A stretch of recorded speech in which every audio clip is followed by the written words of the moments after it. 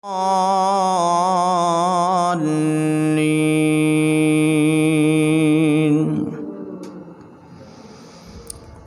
الله عز وجل في شان حبيبه مخبرا وآمرا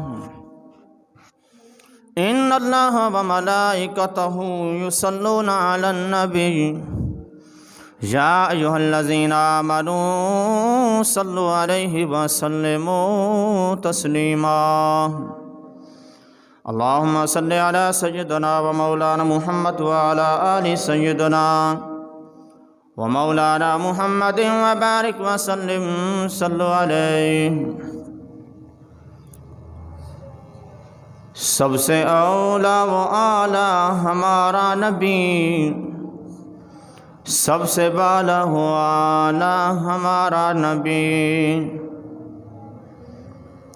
خلق سے اولیاء، اولیاء سے رسول اور رسولوں سے اعلیٰ ہمارا نبی۔ زمین و زمان تمہارے لیے، مکین و مکان تمہارے لیے، دہن میں زبان تمہارے لیے، بدن میں ہے جان تمہارے لیے، ہم آئے یہاں تمہارے لیے، کل اٹھیں بھی وہاں تمہارے لیے۔ وہ جو نہ تھے تو کچھ نہ تھا، وہ جو نہ ہو تو کچھ نہ ہو، آقا جان ہے جہان کی، گر جان ہے تو جہان ہے، انہیں جانا انہیں مانا، نہ رکھا غیر سے کام، للہ الحمد کہ میں دنیا سے مسلمان گیا۔ بلغ العلا بکمالہ، کشف الدجا بجمالہ، حسنت جمیع خصالہ، صلو علیہ وآلہ۔ کی محمد سے وفا تو نے تو ہم تیرے ہیں، یہ جہاں چیز ہے کیا لوح قلم تیرے ہیں۔ حمد و صلوات کے بعد اللہ رب العزت کا کروڑ کرم ہے کہ مالک نے ہمیں ایک مرتبہ یہ توفیق عطا فرمائی ہے کہ ہم سب مل کر اس کے مقدس گھر میں جمع ہو کر اللہ اس کے رسول کا ذکر بھی کر رہے ہیں، اور مالک کائنات کی بارگاہ میں جمع ہو کر ہمیں اس کی بارگاہ میں عبادت کرنے کا، سجدہ کرنے کا بھی توفیق عطا فرما رہا ہے۔ دعا ہے مالک کائنات ہمیں ہمیشہ نیک اعمال کرنے کی توفیق عطا فرمائے، گناہوں سے بچنے کی توفیق عطا فرمائے، ہمیں سچا اور پکا عاشق رسول بنائے، حضور کا غلام بنائے، حضور کے غلامی پر استقامت عطا فرمائے، حضور کی ناموس پر پہرے دینے والا بنائے، سرکار کی ختم نبوت کا پہرے دار بنائے۔ ایمان والو، مالک کائنات ارشاد فرما رہا ہے، اہدنا الصراط المستقیم، یعنی بندہ جب بھی نماز میں کھڑا ہوتا ہے، جب بھی باوضو ہو کر عبادت کی نیت سے مسجد میں آتا ہے، گھر میں کھڑا ہوتا ہے، تنہائی میں کھڑا ہوتا ہے، جماعت کے ساتھ کھڑا ہوتا ہے، گھر میں ہو، گاؤں میں ہو، شہر میں ہو، یا کہیں جنگل بیابان میں ہو، جہاں کہیں بھی وہ عبادت کی نیت کر کے کھڑا ہوتا ہے اور نیت کرتا ہے، نماز کی تکبیر کہتا ہے، اس کے بعد اللہ رب العزت کی حمد و ثنا بیان کرتا ہے، الحمد شریف شروع کر دیتا ہے، جس میں مالک کائنات کی بے پناہ تعریفیں ہیں۔ تعریف کرتے کرتے پھر کہتا ہے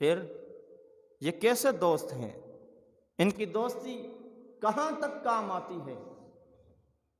انسان دنیا میں کسی سے بھی دوستی رکھتا ہے، چاہے وہ بڑا سے بڑا آدمی کیوں نہ ہو، دنیاوی لحاظ سے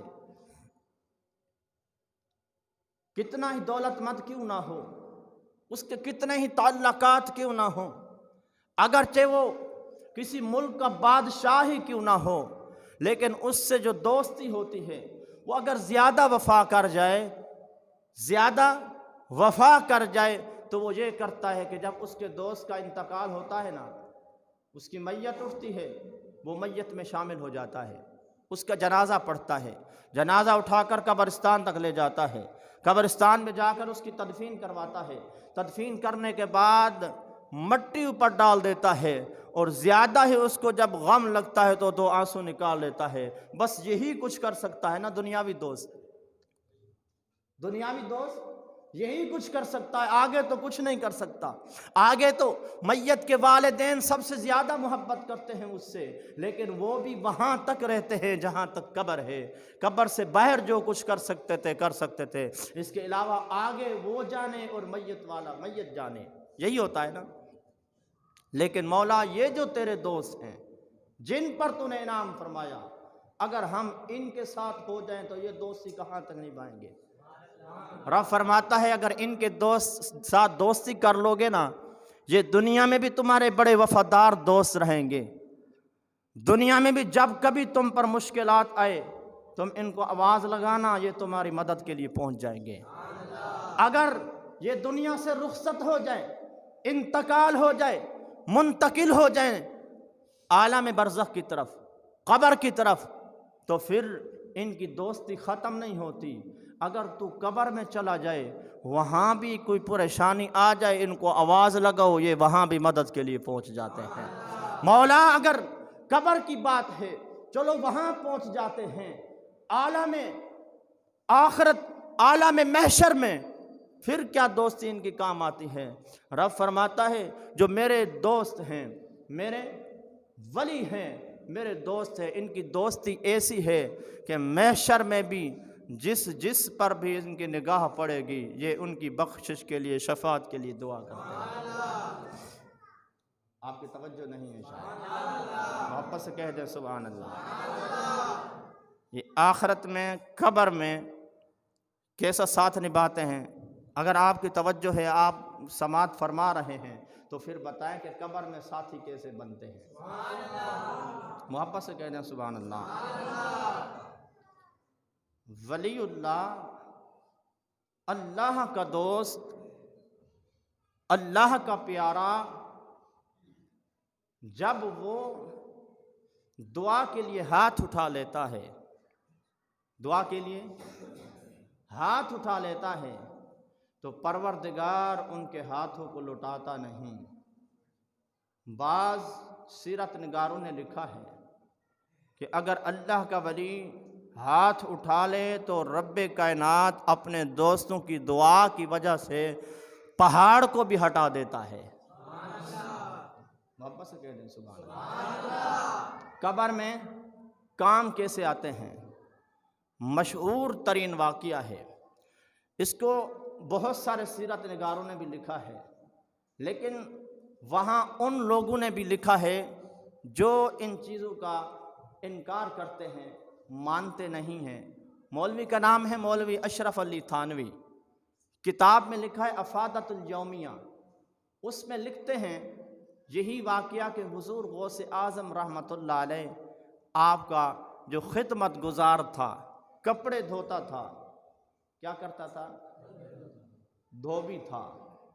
اب بہت سارے لوگ اس بات کو بہت آسانی سے یوں لیتے ہیں کہ بس یار وہ بھی تو دھوبی تھا نا، یعنی ایک نظریہ ان کا یہ بھی ہو سکتا ہے کہ نمازیں اس کے پاس کچھ نہیں تھی، دھوبی تھا، وہ جو کہہ رہا تھا میں دھوبی ہوں، کچھ نہیں جانتا، لہذا اس نے کچھ بھی نہیں جانا۔ ایسا نہیں ہے، ہو حضور غوث اعظم کا مرید، خدمت گزار، اور اس کو نماز نہ آتی ہو یا نماز نہ پڑھتا ہو، ایسا کچھ نہیں ہے، ایسا کچھ نہیں ہے۔ وہ عبادت گزار تھے، بلکہ حضور غوث اعظم کی خدمت میں وہ رہتا تھا۔ حضور غوث اعظم کو رب نے یہ شان عطا فرمائی کہ آپ کی جس پر نگاہ پڑ جاتی، آپ اس پر کرم نواز ہو جاتے تو اس کو بھی وقت کا ولی بنا دیتے۔ پھر آپ کے خدمت گزار کی بات ہی کچھ اور ہے۔ بہرحال انہوں نے لکھا کہ حضور غوث اعظم رحمۃ اللہ علیہ کا دھوبی کا وصال ہو گیا، آپ کو کفن دیا گیا، غسل کفن کے بعد تدفین کی گئی۔ تدفین کے بعد منکر نکیر آ گئے، سوال پوچھتے ہیں من ربک، بتا تیرا رب کون ہے، بتا تیرا رب کون ہے۔ اب وہ لکھتا ہے اشرف علی تھانوی، جب منکر نکیر سوال کرتے ہیں بتا تیرا رب کون ہے، وہ کہتا ہے مجھے پتہ نہیں، مجھے تو یہی یاد ہے کہ میں جناب والا حضور غوث اعظم رحمۃ اللہ علیہ کا دھوبی خدمت گزار ہوں۔ وہ پوچھتے ہیں ما دینک، تیرا دین کیا ہے؟ وہ کہتا ہے میں حضور غوث اعظم رحمۃ اللہ علیہ کا خدمت گزار ہوں، میں آپ کا دھوبی ہوں۔ جناب والا جب سوال کرتے ہیں فرشتے منکر نکیر، جن کی ڈیوٹی یہی لگی ہوئی ہے کہ ہر قبر میں ہر منکر ہر آدمی سے، چاہے وہ مسلمان ہو یا کافر ہو، مشرک ہو یا ہندو ہو، سکھ ہو یا کسی مذہب سے تعلق رکھتا ہو، منکر نکیر اس سے سوال یہی کرتے ہیں۔ وہ جناب والا جو مشرک ہوتا ہے، جو کافر تے منافق ہوتا ہے، جو جناب والا ہندو اور سکھ ہوتا ہے، وہ کہتا ہے لا ادری میں کچھ نہیں جانتا، لیکن جب اس کے پاس آئے کہنے لگے جناب والا بتاؤ تیرا رب کون ہے، یہ کہتا ہے میں تو غوث اعظم کا دھوبی ہوں، میں غوث اعظم کا دھوبی ہوں۔ فرشتوں نے عرض کی پروردگار آج قبر میں پہلا ایک کیس آیا ہے جو ہر سوال پر کہتا ہے میں غوث اعظم کا خدمت گزار ہوں، میں تو غوث اعظم کا دھوبی ہوں۔ مالک کائنات نے فرمایا فرشتوں ایسا کرو اس کو جنت میں لے جاؤ، پروردگار تیری حکمت پر سوالوں کے جواب تو نہیں دے رہا۔ اشرف علی تھانوی لکھتا ہے کہ مالک نے فرمایا ہے اے فرشتوں وہ سوالوں کے جواب تو دے چکا ہے، تمہیں سمجھ میں نہیں آیا۔ وہ کہہ رہا ہے کہ میں غوث اعظم کا دھوبی ہوں، میں غوث اعظم کا خدمت گزار ہوں۔ فرماتے ہیں اس کا مطلب یہ ہے کہ جو غوث اعظم رحمت اللہ علیہ کا رب ہے میرا بھی وہی رب ہے، جو اس کا دین ہے میرا بھی وہی دین ہے۔ فرمایا وہ کہہ رہا ہے کہ ساری زندگی غوث اعظم کے یہ کپڑے دھوتا رہا، غوث اعظم کا میں دل دھوتا رہا۔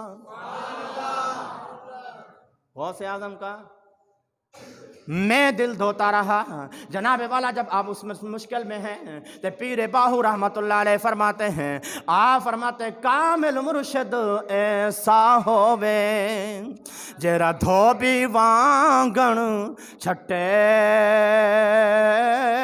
ہو،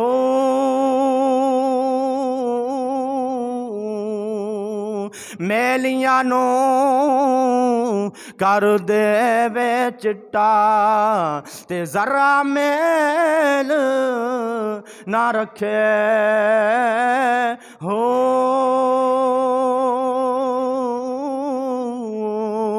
مرشد میرا ایسے کنواں تے مینوں وچ نگاہ دے رکھے ہو، میں قربان تینا تھی باہو جیڑا لوں دے وچ وسے ہو۔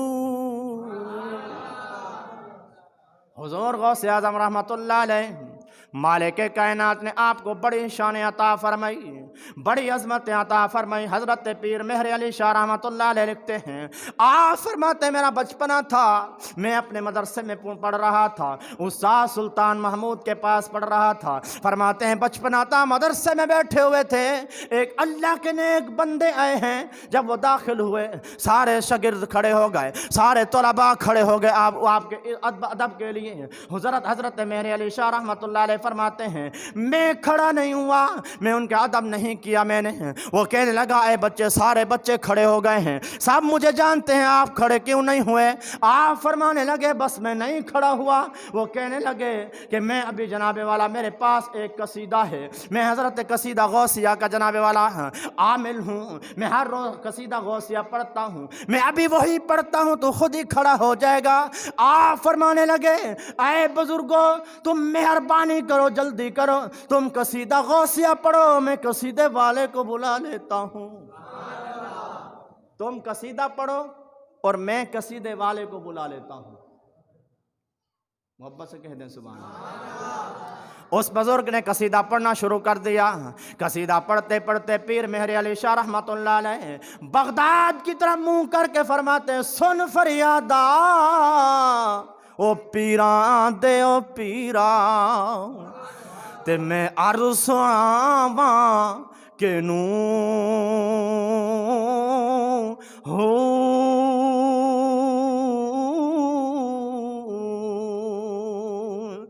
میں جیے تینوں ہور وکائی تے تیں جیاں نہیں کوئی ہو۔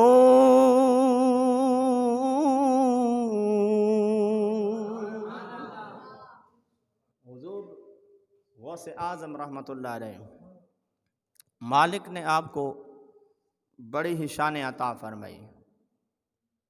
آپ کی توجہ ہے؟ محبت سے کہہ دیں سبحان اللہ۔ یہ وہ لوگ ہیں جنہوں نے اپنے پروردگار کو راضی کیا،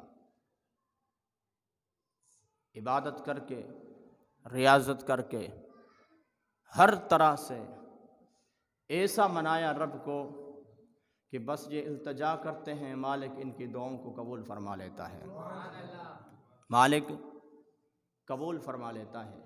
حضور غوث اعظم کا بچپنا ہے، آپ اپنے نانے کے ہاں، کیونکہ آپ کے والد گرامی کا بچپن میں، آپ کے بچپن میں انتقال ہو گیا تھا، اور آپ ایسے سید ہیں کہ ماں کی طرف سے حسینی ہیں، باپ کی طرف سے حسنی ہیں، یعنی والدہ کی طرف سے امام حسین رضی اللہ تعالی عنہ کی اولاد میں سے ہیں، اور والد کی طرف سے امام حسن پاک کے اولاد سے ہیں۔ وہ نور جب چلا تھا مصطفیٰ علیہ الصلوۃ والسلام سے، منتقل ہوا سیدہ خاتون جنت کی طرف، وہاں سے پھر نور الگ الگ ہو گیا، الگ الگ جب حضرت علی سے ملے، اسی کو بعض مفسرین نے لکھا کہ مرج البحرین یلتقیان بینہما برزخ فبأی آلاء ربکما تکذبان، یہ جو دو دریا آپس میں مل رہے ہیں، بیچ میں ایک برزخ آتا ہے، اس دریا کا بھی اس دریا سے، اس برزخ سے رشتہ ہے، اس دریا کا بھی اس برزخ سے رشتہ ہے۔ بعض مفسرین فرماتے ہیں مرج البحرین یلتقیان، یہ بحرین جو ہیں، یہ ایک کا نام حضرت خاتون جنت ہے، دوسرے کا نام مولا علی مشکل کشا ہے، جو برزخ ہے بیچ میں، دونوں کا اس کے ساتھ رشتہ ہے، اس کو محمد مصطفیٰ صلی اللہ علیہ وسلم۔ پھر یخرج منہم اللؤلؤ والمرجان، پھر ان میں دو ہیرے نکلے، دو مرجان موتی نکلے، فرماتے ہیں ایک کا نام حسن ہے، ایک کا نام حسین ہے۔ یہ الگ الگ جڑتے چلے گئے، پھر رشتے ہوتے رہے، ملتے رہے، پھر آخر کار سرکار سے لے کر وہ جو حضرت خاتون جنت سے میرے مصطفیٰ کا نور الگ ہوا تھا، الگ الگ وہ دوبارہ آ کر امام حضور غوث اعظم کے اندر آ کر ایک ہی ہو گیا، حضور غوث اعظم کے اندر آ کر ایک ہی ہو گیا۔ آپ کے نانا حضرت عبداللہ صومعی رضی اللہ تعالی عنہ بڑے پائے کے بزرگ تھے، بڑے ہی مستجاب الدعوات تھے، یعنی آپ کی دعا اللہ تبارک و تعالی رد نہیں فرماتا تھا، اور آپ کا آستانہ یہ مشہور تھا، کتنا بھی کوئی مشکل زدہ آتا دعا کرتا، اور آپ نگاہ اٹھا کر دیکھتے اور دعا کرتے مشکل حل فرما دیتے۔ آپ کے پاس ایک شخص آیا، عورت آئی، خاتون کہ حضور والا اولاد نہیں ہے، مہربانی فرماؤ۔ آپ نے نگاہ اٹھائی، نگاہ اٹھا کر دیکھا، فرمایا کہ خاتون تیری قسمت میں اولاد نہیں لکھی، قسمت میں اولاد نہیں لکھی۔ واپس آ رہی ہے مایوس ہو کر، بہر حضرت حضور غوث اعظم کا بچپنا ہے۔ فرمایا اماں پریشان کیوں ہو، یہ تو وہ آستانہ ہے جو روتے ہوئے آتے ہیں مسکراتے ہوئے جاتے ہیں، کیوں پریشان ہو؟ کہنے لگی آئی تھی اسی آس پر، لیکن تیرے نانا کہہ رہے ہیں کہ میری قسمت میں لکھا ہی نہیں۔ فرمایا تمہیں کہنا نہیں آیا، ان کو کہو کہ اگر لکھا ہوتا تو تیرے پاس کیوں آتی، تم تو اللہ والے ہو، عرض کرو پروردگار مہربانی فرما کر اس کی قسمت میں لکھ دو۔ فرمانے لگے جاؤ واپس جا کر، تیری قسمت میں تو لکھا ہوا ہے، جا کر کہو کہ بابا ایک مرتبہ پھر دیکھ لو۔ جب واپس جاتے ہیں، خاتون کہتی ہیں بابا مجھے کسی نے کہا ہے کہ تیری قسمت میں تو بیٹا ہے، آپ ایک مہربانی فرماؤ نا، ایک بار پھر دیکھنا ذرا۔ فرماتے میں نے جہاں دیکھا وہاں نہیں لکھا۔ آپ نگاہ اٹھاتے ہیں تو ایک بیٹا لکھا ہے قسمت میں۔ فرمایا پہلے یہ بتا باہر کس سے ملی ہے؟ کہا کہ اور تو کوئی نہیں تھا، ایک چھوٹا سا بچہ تھا اس سے ملی ہوں، اس نے کہا کہ تیری قسمت میں ایک بیٹا لکھ دیا گیا ہے۔ آپ رحمت اللہ علیہ کھجور کی چھڑی لے کر محبت پیار والے انداز میں اپنے نواسے کے پیچھے دوڑتے ہیں، پکڑنے کی کوشش کرتے ہیں۔ آپ کے نواسا، وہ نواسا جس کو ہم حضور غوث اعظم رحمت اللہ علیہ سے یاد کرتے ہیں، آپ دوڑتے دوڑتے آپ کے دادا نانا جان پیچھے محبت کے انداز میں دوڑتے ہیں، آپ کو پکڑنے کی کوشش کرتے ہیں۔ حضور غوث اعظم دوڑتے جب قبرستان کے قریب گئے، آپ فرمانے لگے قبر والو مجھے میرے نانا سے بچا لو۔ تاریخ سیرت نگار والوں نے لکھا جو قبر کی سب سے پہلی لین تھی، سارے مردے کھڑے ہو گئے۔ حضور غوث اعظم رحمت اللہ علیہ کے نانا جب آپ کے نواسے کی شان دیکھتے ہیں، چھڑی وہیں پھینک دیتے ہیں۔ فرماتے نواسا میں تمہیں کچھ کوٹنے مارنے نہیں آیا تھا، بس یہ دیکھنے آیا تھا، یہ بتانے آیا تھا ابھی عمر چھوٹی ہے، رب کے رازوں کو فاش نہیں کرتے، رب کے رازوں کو فاش نہیں کرتے۔ اسی طرح عاشق فرماتے ہیں، عاشق لکھتے ہیں بندے رب دے نظر کر کے تقدیر بدل دے بندے رب دے نظر کر کے تقدیر بدل دے لکھی ہوئی قلم والی تحریر بدل دے۔ حضور غوث اعظم رحمت اللہ علیہ، آپ کی توجہ نہیں ہے، محبت سے کہیں سبحان اللہ۔ اچھا حضور غوث اعظم سے ماشاءاللہ سارے محبت کرتے ہیں؟ اچھا جتنے محبت کرتے ہیں کم از کم اتنا تو کہیں سبحان اللہ۔ اچھا لوگ کافی بیٹھے ہیں، جگہ چھوٹی ہے، لوگ ماشاءاللہ مل جل کر بیٹھے ہوئے ہیں، اور کہتے ہیں کہ جو مل کر آواز لگاتا ہے اس کی آواز دور تک جاتی ہے۔ نہیں یہ مل کر نہیں ہے، اگر آپ تھکے ہوئے تو کوئی بات نہیں ہے، اور ویسے عشق رسول کی باتیں جو ہوتی ہیں، اللہ والوں کی باتیں سن کر مومن کے دل سے تھکاوٹ دور ہو جاتی ہے۔ محبت سے کہیں سبحان اللہ، محبت سے کہیں سبحان اللہ۔ حضور غوث اعظم رحمت اللہ علیہ، رسالے کا نام ہے جامع نور، کیا ہے؟ انڈیا میں چھپتا ہے۔ اس میں ایک واقعہ لکھا ہے آپ کی شان کے بارے میں، حضور غوث اعظم کی عظمت کے بارے میں۔ اگر آپ سننا چاہتے ہیں تو ٹھیک ہے، ورنہ اگلے جمعے کو سنا لیں گے، ماشاءاللہ دن تو بہت ہے۔ محبت والی سبحان اللہ سبحان اللہ۔ اور آج تو ویسے بھی بڑی 11ویں شریف ہے، رات کو حضور غوث اعظم کے نام کے بہت لنگر کھائے ہوں گے، جس نے نہیں کھائے تو آج بھی آئیں گے۔ محبت سے کہیں سبحان اللہ۔ انہوں نے لکھا کہ بغداد کے اندر ایک چور تھا۔ کون تھا؟ چور چوری کرنے نکلا، چوری روزانہ کر کے آتا تھا، وارداتیں کرتا تھا۔ ایک دن اس کے من میں خیال آیا کہ یار بہت میں ظالم ہو چکا ہوں، اب توبہ کر لوں، اللہ کی بارگاہ سے مغفرت طلب کروں۔ اس نے راستہ پوچھا کسی سے، وہ یار بتاؤ میں توبہ کرنا چاہتا ہوں، میری توبہ کیسے قبول ہوگی؟ انہوں نے کہا کہ ایسا کرو، اللہ والوں کے پاس چلے جاؤ، وہ ہر وقت اللہ کی بارگاہ میں گڑ گڑاتے ہیں۔ اللہ کے ولیوں کی نشانی کیا ہے؟ سورۃ فرقان میں مالک کائنات خود فرماتا ہے والذین یبیتون لربہم سجدا وقیاما، وہ لوگ جو اپنی راتیں گزار دیتے ہیں سجدے اور قیام میں، سجدے اور قیام میں، وہ اللہ کے ولی ہیں۔ اب اس نے سوچا کہ یار رات تو ہم ویسے ہی جاگتے ہیں، کیونکہ ڈاکو جو ہے، ڈاکو جو ہوا بولا یہ تو جاگنا تو ہماری عادت بنی ہوئی ہے۔ بغداد میں وہ ڈاکو تھا، وہ جاگتا تھا۔ پاکستان میں مسلمان ہیں، نماز نہیں پڑھتے پھر بھی پوری رات جاگتے ہیں۔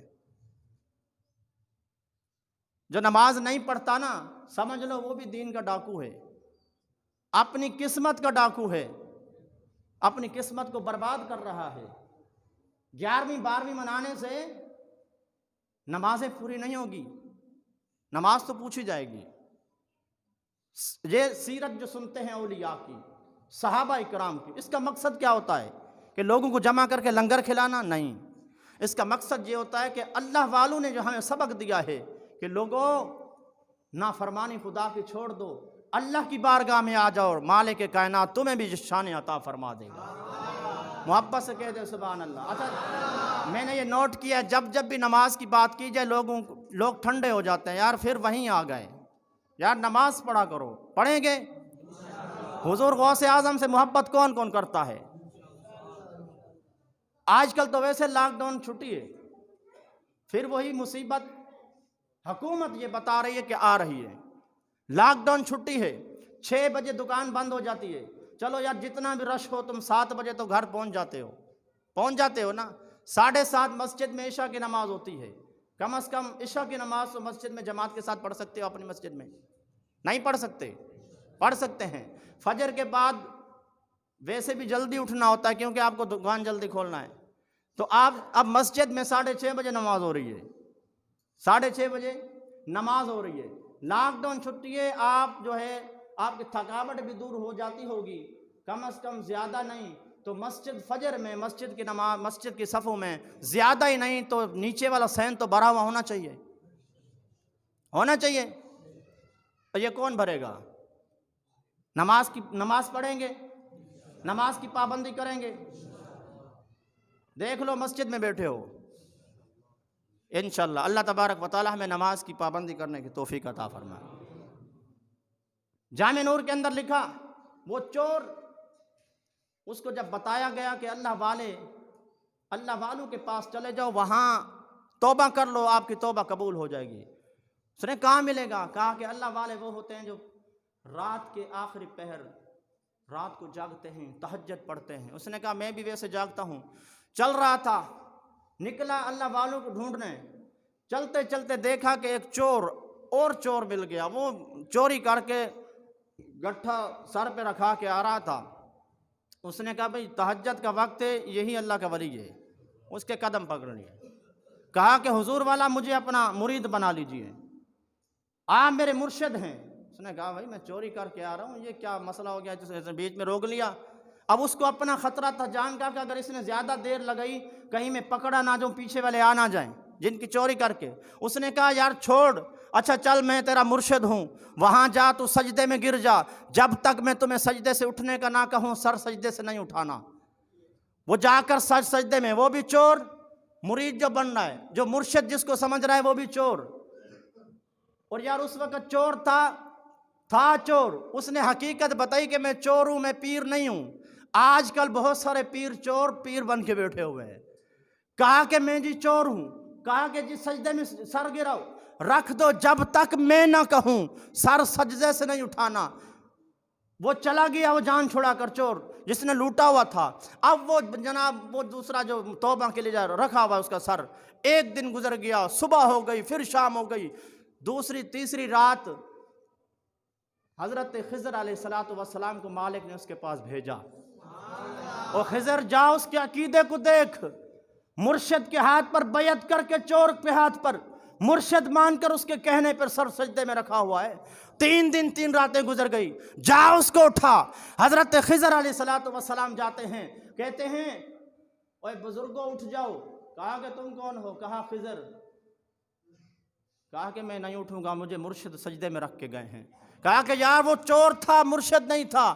کہا کہ یار چور کیسے تھا؟ تو کہہ رہا ہے چور ہے، چور ہوتا تو اس کی ایک میں نے بات مانی ہے، تجھے اللہ نے بھیج دیا نا میرے پاس، اس کی ایک بات میں نے مانی ہے پہلی، لیکن اس مالک نے تمہیں میرے پاس بھیجا، وہ چور کیسے تھا؟ تو کہہ رہا چور ہے۔ فرمایا یار چور تھا۔ یہی رات تھی، آپ چلتے چلتے حضور غوث اعظم رحمۃ اللہ علیہ کی بارگاہ میں پہنچے۔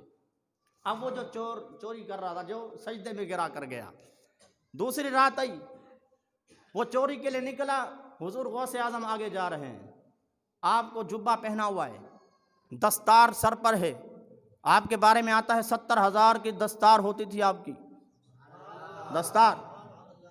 چل رہے تھے، چور بھی پیچھے لگا کہ آج اس کو لوٹتا ہوں۔ اس کو پتہ نہیں تھا اس کے پاس جاؤں گا تو یہ تو وہ ہے کہ جو پکڑ کے سرکار کی بارگاہ میں پہنچا دیتا ہے۔ چلا گیا، حضور غوث اعظم اندر داخل ہوئے، کرتا مبارک جبہ اتارا، کھڑا کیا اور نماز پڑھنا شروع کر دی۔ بزرگوں بیٹھ جائیں، وہ کرسی رکھیے محبت سے۔ اچھا جب میں نے بتا دیا تو آپ کو دیکھنا وہاں لازمی تھا، محبت سے کہو سبحان اللہ۔ آپ نیت کر کے تہجد نماز پڑھ رہے ہیں، نماز پڑھتے پڑھتے چور نے سمجھا کہ یہ تو نماز پڑھ رہا ہے، جبہ پہن لیا، ہاتھ میں لیا، اب ہاتھ میں جیسے لیا تو نابینا ہو گیا، ہاتھ سے چھوڑتے ہیں تو نظر آتا ہے، پکڑتے ہیں تو نظر نہیں آتا۔ حضور غوث اعظم رحمۃ اللہ علیہ فرمانے لگے، مولا یہ آستانہ ایسا ہے، یہ آستانہ سخی گھرانے کا ہے، ہم اس گھر سے در سے کسی کو خالی جانے نہیں دیتے، یہ لے کے جانا بھی چاہتا ہے اور چور بن کے جانا چاہتا ہے، مولا کرم کر، یا تو پھر اس آستانے کی لاج رکھ لے، اگر یہ آگے آئے ہم دینا بھی چاہتے ہیں پر چور بن کر نہیں جائے، کچھ اور بن کے جائے۔ ادھر اس کا عالم پریشان کہ کیا کروں، باہر جاتا ہوں تو نابینا، اندر رکتا ہوں تو حضرت سلام پھیر دیں گے۔ اتنے میں دستک ہوئی، کیا ہوا؟ دستک ہوئی دروازے پر، حضور غوث اعظم رحمۃ اللہ علیہ سلام پھیرتے ہیں، وہ چور وہ ڈاکو آپ کے کمرے کے کونے میں دروازے کے پیچھے چھپ جاتے ہیں کہ یہ معاملہ ختم ہو جائے پھر نکل جاؤں گا۔ حضور غوث اعظم فرماتے ہیں کون ہو؟ آنے والا کہتا ہے لجپال، میں مجھے خضر کہتے ہیں۔ آپ فرماتے ہیں کیسے آنا ہوا؟ لجپال فلاں علاقے کا شیخ انتقال کر گیا ہے، فلاں علاقے کا ابدال انتقال کر گیا ہے، حضور ابھی چاہیے۔ آپ فرماتے ہیں اندر داخل ہو جاؤ، فرماتے ہیں ابھی تو نہیں میرے پاس، کل آنا پھر دیکھیں گے۔ عرض کرتے ہیں لجپال اگر صبح تک کوئی نقصان ہو گیا تو پھر کیا بنے گا؟ آپ فرماتے ہیں خضر اگر اتنی ہی جلدی ہے تو جا دروازے کے پیچھے ایک ابدال ابھی آیا ہے، اس کو ساتھ لیتا چلا جا۔ وہ چیخنے لگ جاتا ہے، حضور غوث اعظم کے قدم پکڑتا ہے۔ آپ فرماتے ہیں جناب والا مجھے معاف فرما دو، میں ایک چور ہوں۔ فرمانے لگے تو چور آیا تھا، اب کچھ اور ہے، ہم نے تمہیں ابدال بنا دیا ہے۔ حضور غوث اعظم رحمۃ اللہ علیہ آپ نے جب کرم فرمایا، حضرت خضر لے کے جانے لگے۔ آپ فرمانے لگے اے چورا، جاتے جاتے میں نے تم پر بھی کرم کر دیا ہے، تمہیں بھی وقت کا ولی بنا دیا ہے، اور مہربانی کرنا وہ 3 دن سے جس کو سجدے میں رکھ کے آیا ہے اس کو بھی اٹھاتے چلے جانا، وہ بھی رب کا ولی بن چکا ہے، وہ بھی رب کا ولی بن چکا ہے، اس کو بھی لیتے